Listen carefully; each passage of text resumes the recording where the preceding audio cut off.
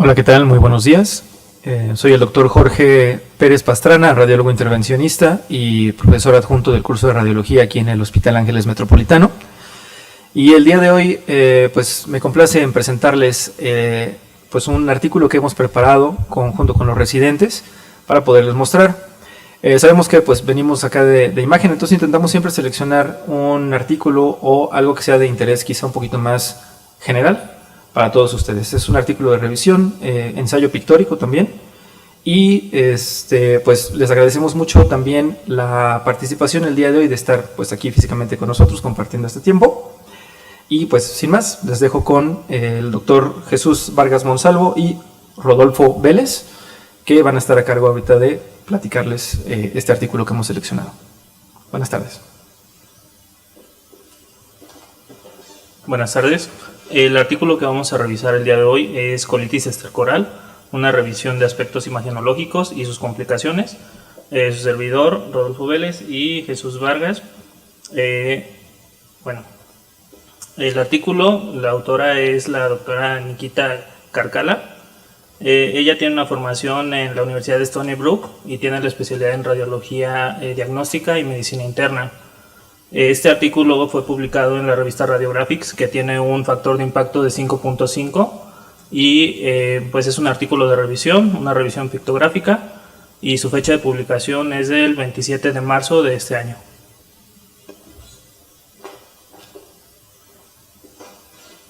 Muy bien, pues para empezar quisiera hacer mención de qué se trata la colitis extracoral para poder abordar la presente revisión del artículo. Bueno, pues la colitis extracoral se entiende como una reacción de tipo inflamatoria secundaria a una impactación fecal, ¿vale? Las heces impactadas van a comprometer propiamente el suministro vascular, específicamente de colon y de recto. Con ello van a provocar isquemia y ulceración mucosa. Está asociado pues con factores, entre ellos uno de los que se ha visto con mayor incidencia es el estreñimiento crónico, ¿vale? Entonces aquí es importante destacar que tanto la historia clínica y la exploración física van a ser limitadas. ¿En qué sentido? Pues que por sí mismas no nos van a poder ayudar a dar un diagnóstico. Entonces las técnicas de imagen van aquí a desempeñar un papel importante para poder entender con un sustento imagenológico el diagnóstico de la colitis extracoral y sus posibles complicaciones, ¿vale? Sin embargo, existe una escasez de casos reportados en la literatura y es por ello que creemos que es de interés para todos en esta sesión el discutir el presente artículo. Muy bien, en esta ilustración vamos a mostrar los sitios anatómicos más comúnmente afectados por la colitis extracoral, siendo la de mayor incidencia la unión recto-sigmoidea, ¿ok? Con mayor frecuencia se afecta lo que es esta zona que estamos señalando en pantalla, el borde antimesentérico de la unión recto-sigmoidea.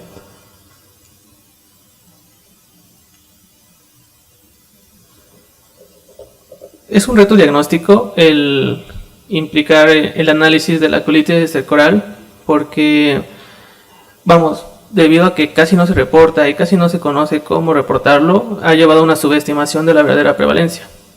Entonces, debido a los desafíos tanto diagnósticos y a la superposición de su signo y síntomas con otras afecciones, puede pasarse por alto. Hay otras condiciones médicas que pueden ser confundidas con la colitis extracoral, como lo son la diverticulitis, tanto la colitis infecciosa y las neoplasias de colon. Entonces, en esta revisión pictórica vamos a hacer énfasis en los hallazgos tomográficos. Y este tema va adquiriendo cada vez mayor relevancia en el medio médico. ¿Por qué? Por el incremento general en la esperanza de vida, así como una alta en las comorbilidades como diabetes, el uso de medicamentos de tipo psiquiátrico, neurológico, con lo cual aumenta la tendencia de que esta entidad se diagnostique de forma incidental, ¿vale? Ok, bueno, vamos a comenzar con la primera imagen de la revisión pictórica. Esta imagen es de una mujer de 101 años que se presentó a urgencias con dolor en el cuadrante inferior del abdomen. Es un corte axial de tomografía pélvica contrastada. Muestra un fecaloma heterogéneo. material sólido aéreo que no presenta pues realce. Está ilustrado por la flecha amarilla y en este momento pues lo estoy ahí señalando, ¿no? Se ve el componente heterogéneo y una pared engrosada o aumentada en sus dimensiones. Y la flecha blanca, que está por acá, muestra el aumento en la densidad y extracción de la grasa mesorrectal y presacra. Entonces esta imagen sirve como introducción para entender un poco de la colitis estercoral. ¿Por qué? Porque se da por un fecaloma en la unión recto-sigmoidea y más adelante vamos a abordar la fisiopatogenia de la colitis estercoral, pero lo que hace el fecaloma es comprimir las paredes intestinales, entonces va a comprometer el suministro vascular, el aporte sanguíneo y consigo van a llevar inflamación tanto de la pared con consiguiente edema y estriación grasa. Entonces estos aspectos nos van a guiar o a orientar para identificar en el estudio tomográfico la zona de interés. Okay, en el artículo se nos menciona acerca del punto de Sudeck. Entonces, el segmento corto del colon, entre las ramas de las arterias mesentérica inferior y rectal superior, ramas de la aorta abdominal, conocido como punto de Sudeck, va a marcar la unión entre el recto y el colon sigmoides. Este es el punto que presenta mayor riesgo de isquemia, porque son ramas terminales. Entonces van a tener un aporte sanguíneo de por sí disminuido, y vamos a sumar que la presión intraluminal de esta zona por la flexura rectosigmoidea está incrementada. Entonces tiene todas las condiciones propicias para generar isquemia por compresión por un fecaloma. Como bien sabemos, la función del colon es absorber agua de los desechos para formar las heces. Entonces un fecaloma de por sí es compacto, pero todavía más que un cuadro de oclusión normal. Entonces vamos a recordar nuevamente que como a medida que la materia fecal atraviesa el colon se va volviendo más espesa y sólida. Entonces se va a acumular y debido al calibre luminal más estrecho, en comparación con el colon proximal, se suelen estancar pues, en este nivel.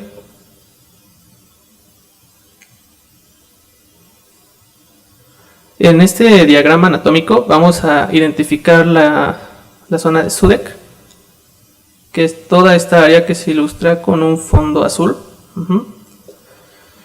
Y pues como les mencioné, ¿no? el punto de Sudeck es una ubicación específica en el suministro arterial de la unión recto-sigmoidea, concretamente el origen de la última rama arterial sigmoidea de la arteria mesentérica inferior.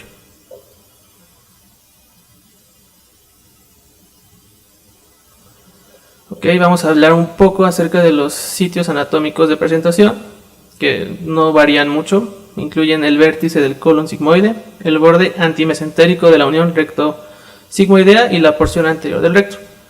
Aproximadamente un 77% de estas perforaciones asociadas a esta patología se presentan en la unión de la región recto-sigmoidea, ¿vale? Con mayor prevalencia en pues, la pared antimesentérica. Y pues otra vez recordando, esto debido a las elevadas presiones intraluminales causadas por la menor cantidad de agua en las heces y por el diámetro más estrecho de la luz y por una perfusión deficiente.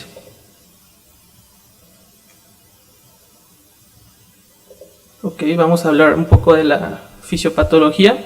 Esta va a estar impulsada por la isquemia de la pared intestinal, por la impactación de las heces en la luz. Entonces va a ser por compresión de las mismas sobre la pared. Entonces ahora el material fecal impactado va a comprimir la vasculatura colónica debido al aumento de la presión sobre la pared. Esto va a provocar daño isquémico y más adelante vamos a presentar imágenes que ilustran cómo esta compresión se ve incluso en los hallazgos por colonoscopía. Esta isquemia, ¿vale?, puede evolucionar hacia una necrosis con ulceración y en caso de continuar una perforación de la pared colónica de manera progresiva. Se van a describir las úlceras estercorales, esto como una descripción de patología propiamente, como irregulares, de contorno geográfico, ¿vale?, coincidiendo con la forma de la masa fecal impactada, porque es como si estuviera comprimiendo y los bordes son los del fecaloma. El estudio histológico va a mostrar necrosis, isquémica por presión, adelgazamiento de la pared colónica y una reacción de tipo inflamatoria. Estas úlceras pues no van a ser visibles por tomografía como tal. Entonces los hallazgos endoscópicos son los que se van a describir a continuación para ilustrarlo. En este momento estoy señalando con el cursor la zona de interés, que también se ve delimitada por las flechas color negro. Se observa la imagen en la colonoscopía de una gran ulceración mucosa, asociada con heces impactadas en el colon descendente proximal.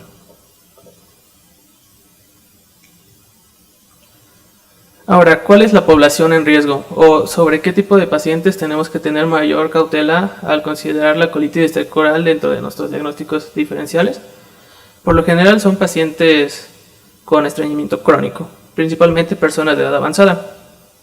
Van a ser factores influyentes las dietas baja en fibra, hidratación inadecuada y la desnutrición. Además de la edad, se considera como factor de riesgo tener enfermedad renal en etapa terminal. ¿Esto por qué? Posiblemente debido al uso de medicamentos, restricción de líquidos y una disminución de la actividad física. También existen condiciones médicas asociadas a la colitis esterocoral. Entonces va a haber estreñimiento no solamente relacionado con la edad, sino asociado a la hospitalización y el uso de medicamentos analgésicos tipo opioide por su efecto anticolinérgico. Además hay medicamentos de tipo psiquiátrico, incluidos los antidepresivos tricíclicos y los antipsicóticos, que también se han relacionado con presencia de colitis esterocoral, posiblemente por el mismo efecto anticolinérgico. Además, estos aumentan el riesgo de reducir la movilidad física y la motilidad gastrointestinal consigo. Se van a incluir comorbilidades como diabetes, hipertensión, cáncer, inmovilidad, trastornos neurológicos, lo cual en grupo conllevan a una reducción de la movilidad, reducción de la ingesta de líquidos y consecuentemente mayor impactación de un fecaloma, ¿no? Ahora, debido a la presentación inespecífica y a las limitaciones en la obtención de una historia clínica y examen físico, en esta población las imágenes o estudios imagenológicos juegan un papel crucial en el diagnóstico. Pero hay que tener en cuenta cuál es la presentación clínica usual. El dolor abdominal y o la distensión son las manifestaciones más comunes. Aproximadamente un tercio de los pacientes no presentan sensibilidad abdominal, entonces es un dolor muy vago, ¿no? Pueden aparecer signos de peritonitis en caso de que haya una perforación, junto con hallazgos de laboratorio que son leucocitosis y niveles elevados de lactato en casos de isquemia por el cambio del metabolismo anaerobio. Ahora vamos a pasar a la parte pictórica de nuestro artículo, que es la revisión de los hallazgos imagenológicos en la colitis esterocoral. Y estos se van a caracterizar por una carga de heces compactadas que se visualizan como distensión rectal y o colónica en las radiografías simples. Sin embargo, este hallazgo por sí solo va a ser inespecífico y las radiografías no van a confirmar el diagnóstico. Entonces, por ello lo vamos a complementar con estudios tomográficos. La tomografía computarizada en la actualidad es la modalidad de imagen de elección para apoyar el diagnóstico de colitis esterocoral, así como posibles complicaciones. En las imágenes de tomografía, las heces suelen presentar una apariencia de burbuja en jabón. Ok, en esta imagen les presento una colitis esterocoral no complicada en una mujer de 75 años con enfermedad de Parkinson y demencia, que entra dentro del grupo de pacientes que está considerado como población en riesgo, ¿no? Adultos mayores y que padecen que alguna condición o que toman medicamentos de tipo neurológico, psiquiátrico. Entonces, en esta imagen se observa un corte axial de tomografía pélvica simple. Muestra una distensión moderada del recto con las heces impactadas y un engrosamiento de la pared mayor a 3 milímetros. Este se va a ver ilustrado por la flecha amarilla. Cada extremo de la flecha delimita un borde de la pared. Entonces, si lo vemos de forma periférica, lo vamos siguiendo, se ve el aumento en el engrosamiento de la pared. Así como de la excreción grasa perirectal y edema presacro, que se va a ver en la flecha negra, lo cual es relacionado con cambios inflamatorios.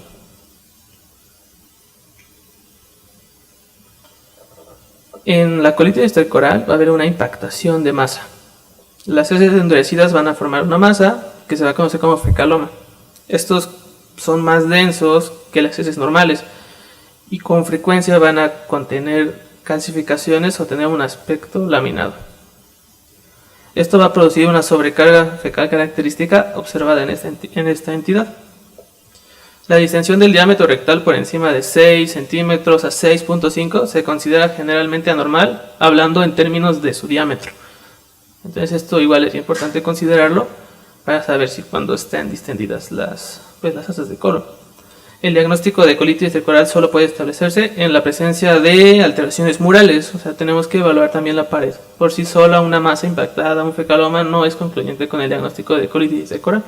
Entonces hay que tener en cuenta el aspecto de la pared, cuánto mide, si hay edema o extracción grasa, son hallazgos inespecíficos.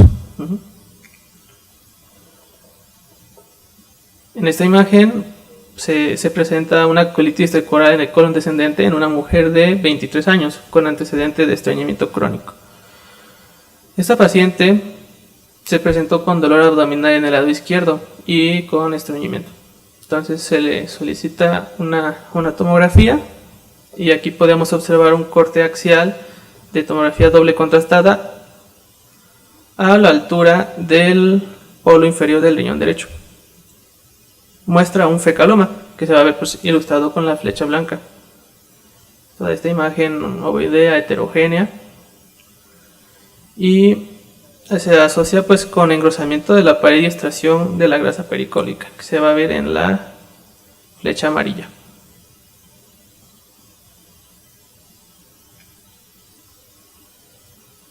En esta imagen se realiza un enema evacuante y posteriormente control radiográfico con colon por enema.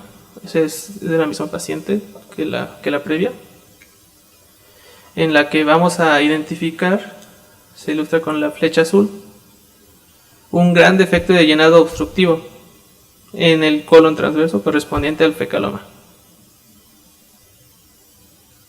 Entonces de ahí un caso, ¿no?, de cómo se van a usar múltiples estudios de imagen. No nos quedamos ni con estudios contrastados o solamente con la tomografía, lo podemos complementar para tener un abordaje imagenológico pues más completo, complementario.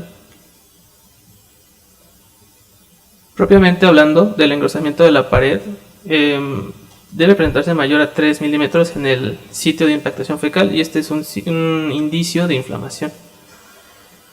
El grado de engrosamiento va a variar dependiendo del nivel donde se dé la distensión. Y como les mencioné en las imágenes previas, van a haber otros signos que nos van a orientar a pensar en que hay un proceso inflamatorio, como la extracción grasa perirectal y el edema presacro, pero por sí solos estos hallazgos suelen ser inespecíficos.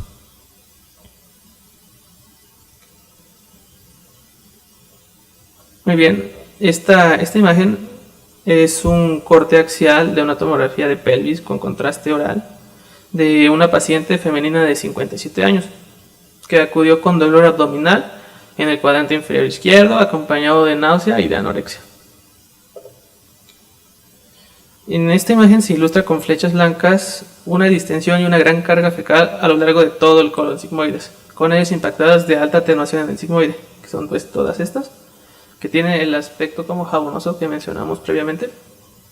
Y también se va a observar estriación de la grasa pericolónica y líquido rodeando toda la longitud del sigmoide.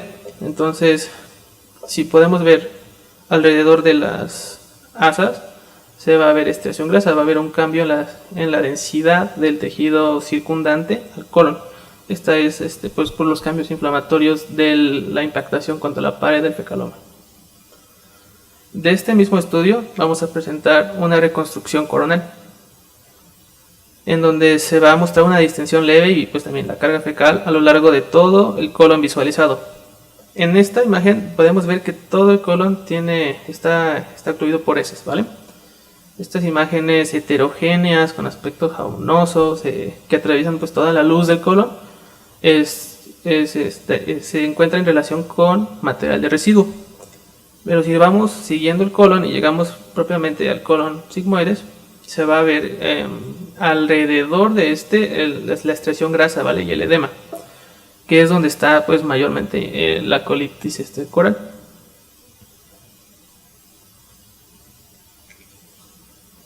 Ok, vamos ahora a hablar de las complicaciones.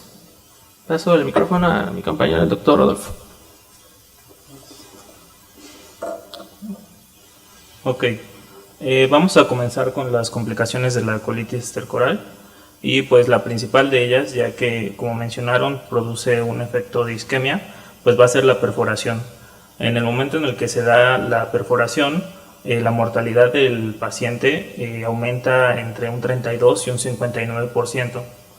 En la tomografía vamos a encontrar signos claves como una discontinuidad mural, aire extraluminal y colección perirectal. Ok, en la primera imagen, la que tienen a su lado izquierdo, vamos a tener una tomografía en un corte axial y pues va a estar a la altura del hueco pélvico. Vamos a ver cómo se observa el fecaloma en la región rectal y cómo alrededor, ya en donde está señalado con la flecha amarilla, se observa el aire extraluminal.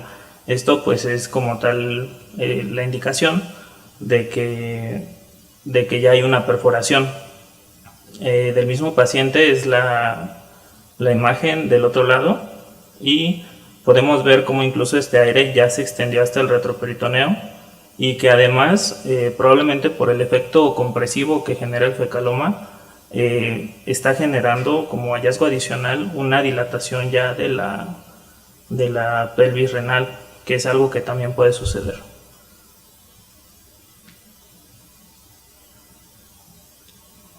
Los principales signos radiológicos que va a tener una vez que ya esté complicada y ya exista una perforación va a ser la discontinuidad mural, que va a estar caracterizada por el aire extraluminal, puede ser intraperitoneal o extraperitoneal, y nos va a dar un efecto de masa sucia, que pues como tal va a ser el fecaloma, pero ya no va a contar con una pared.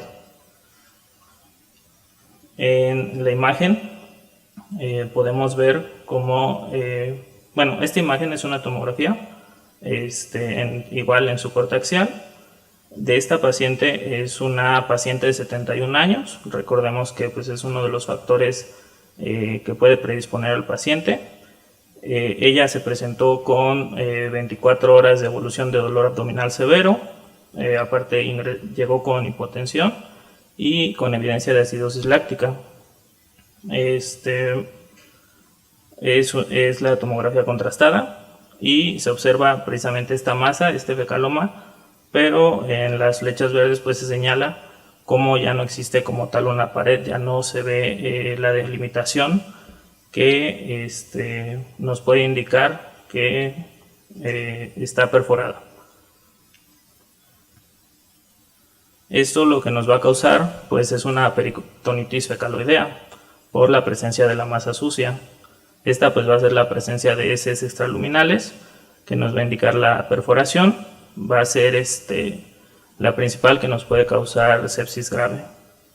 En esta reconstrucción coronal es de la misma paciente de la imagen anterior, y pues en esta reconstrucción se ve aquí donde están señaladas las flechas negras, como ahí es el defecto que se produce ya de la pared y cómo sale toda la materia fecal hacia la cavidad.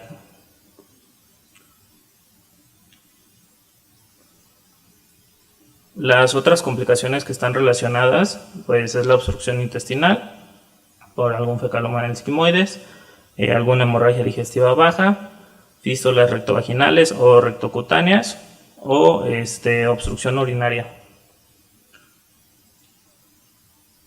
Y en la imagen A, la que es de este lado, pues es una tomografía igual en corte axial. De este lado no tenemos contraste, pero en la B, que es del mismo paciente, pues sí tenemos contraste, y podemos ver cómo en esta imagen del recto se muestra la acumulación de la extravasación del medio de contraste intravenoso y se extiende a lo largo de la pared posterior del recto inferior. que es esto que está aquí señalado con la flecha negra. En este paciente se sospechó de una úlcera estercoral no perforada, que este era el origen de la hemorragia, y pues terminó diagnosticando por colonoscopia. Aquí tenemos 3 imágenes del mismo paciente. Es una mujer de 93 años, tiene antecedentes del trastorno bipolar, aparte de demencia, histerectomía, y presentó dolor y distensión abdominal. En la primera imagen, la imagen A, tenemos la tomografía en corte axial con contraste, y pues se muestran los datos de colitis estercoral que ya habíamos mencionado. Esta paciente no fue considerada para una cirugía, entonces recibió tratamiento médico. Y en las siguientes imágenes, la imagen B y la C, igual con contraste, fueron obtenidas un mes después, y fue porque la paciente regresó con sangrado y materia fecal en la vagina, y se muestra una fístula rectovaginal, que es esto que está aquí en la flecha, y distensión del recto y líquido hemorrágico aquí en el corte axial, y de este lado se ve dónde está la fístula. En esta otra imagen es de una mujer de 75 años, presentó letargo y leucocitosis, y en esta imagen coronal se nos muestra con contraste cómo el efecto de masa generó una hidronefrosis moderada bilateral. Aquí están los riñones y se ve cómo está toda la dilatación y el riñón con contraste. Y del otro lado, en la imagen axial, vemos cómo la pelvis muestra el recto totalmente distendido en esta parte, y pues está lleno de las heces, ¿no?, del fecaloma, y aparte pues la vejiga, que pues también está marcadamente distendida por el efecto de masa. Los principales diagnósticos diferenciales que vamos a tener de la colitis estercoral va a ser la diverticulitis, colitis isquémica, enfermedad inflamatoria intestinal, puede ser por una obstrucción por tumor o proctitis actínica. Aquí probablemente lo que más nos pueda confundir en ocasiones es la diverticulitis, pero tiene cambios que sí son muy específicos de la colitis estercoral, hablando de los cambios que son perirrectales, como ya se mencionaba anteriormente, y porque los divertículos pues raramente van a formarse en el recto. En la diverticulitis, el engrosamiento de la pared y la acumulación de la grasa se va a centrar alrededor de un solo divertículo, y en la inflamación por colitis estercoral es más difusa, más segmentaria, y esto causa un engrosamiento de toda la circunferencia de la pared y pues involucra todo el lumen. Aquí tenemos un paciente, las imágenes de un paciente de 82 años que presentó dolor abdominal y náuseas. En la primera imagen se puede ver pues el fecaloma, es una tomografía con contraste, y el colon sigmoide se ve totalmente distendido por las heces con los divertículos, que son las flechas blancas, pero se observa cómo también presenta los cambios inflamatorios de la estriación grasa. Y en esta imagen, en el corte, en la reconstrucción coronal, pues se ve cómo hay una ausencia en la inflamación alrededor del recto, y pues en la colitis estercoral esto es un factor a considerar por la diverticulosis. Los principales hallazgos que vamos a tener en imagen, de los que nos van a ser el principal diferenciador o que tenemos que buscar, por ejemplo, para la impactación fecal se va a ver una masa de heces compactadas y de alta atenuación dentro del recto o el colon. La distensión colónica pues se va a ver como un aumento en el calibre intestinal de más de 6 centímetros en el sitio de la impactación fecal, En el engrosamiento de pared, este tiene que ser mayor a 3 milímetros, igual en el sitio de impactación fecal. Va a tener estriación grasa de la grasa pericólica y pues se va a ver, como lo hemos estado viendo, el aumento en la atenuación. Cuando ya hay una perforación, pues la discontinuidad mural, que pues se va a ver la irregularidad o el defecto focal en la superficie, que pues va a interrumpir la pared colónica, y pues la existencia de aire extramural que nos puede dar neumatosis o aire libre en la cavidad intraperitoneal. El artículo no se enfoca mucho en el manejo, solamente menciona que los casos no complicados van a llevar dieta rica en fibra, laxantes, enemas, desimpactación manual, endoscópica, y en casos complicados pues alguna cirugía urgente.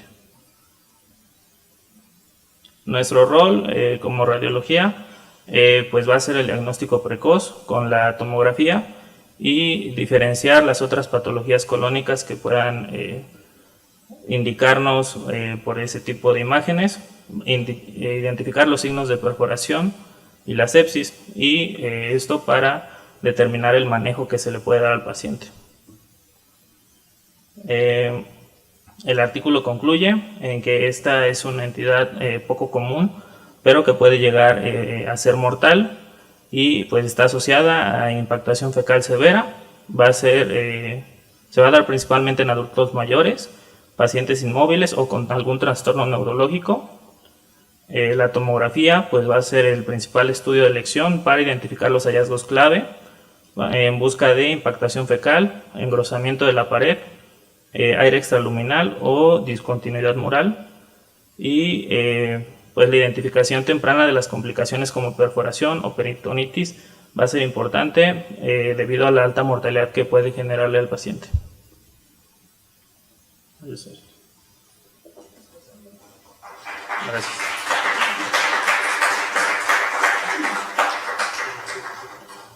¿Alguna duda o comentario?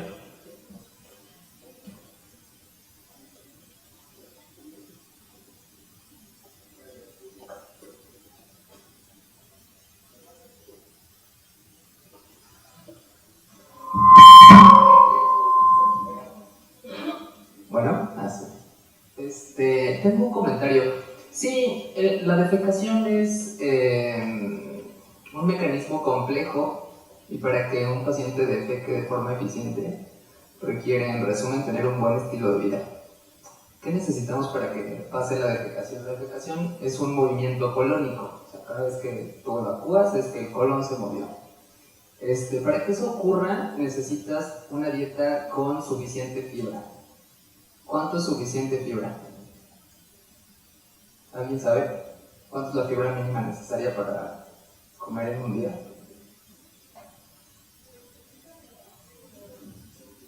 5 porciones, así como tip and tricks para la consulta. 5 porciones, o sea, 3 porciones de verdura y 2 frutas. Un kiwi, una manzana y 3 tazas de verdura. Es bastante, eso es frutas y verduras en todos los alimentos. Lo siguiente es actividad física. O sea, ese paciente había uno que tenía la cadera impactada. Generalmente son viejitos, que se fracturan de la cadera, que ya no caminan, que no hacen ejercicio. Suficiente agua, suficiente fibra, actividad física y agregaría no saltarse alimentos. Cuando el paciente está en ayuno, eso puede estimular el estreñimiento.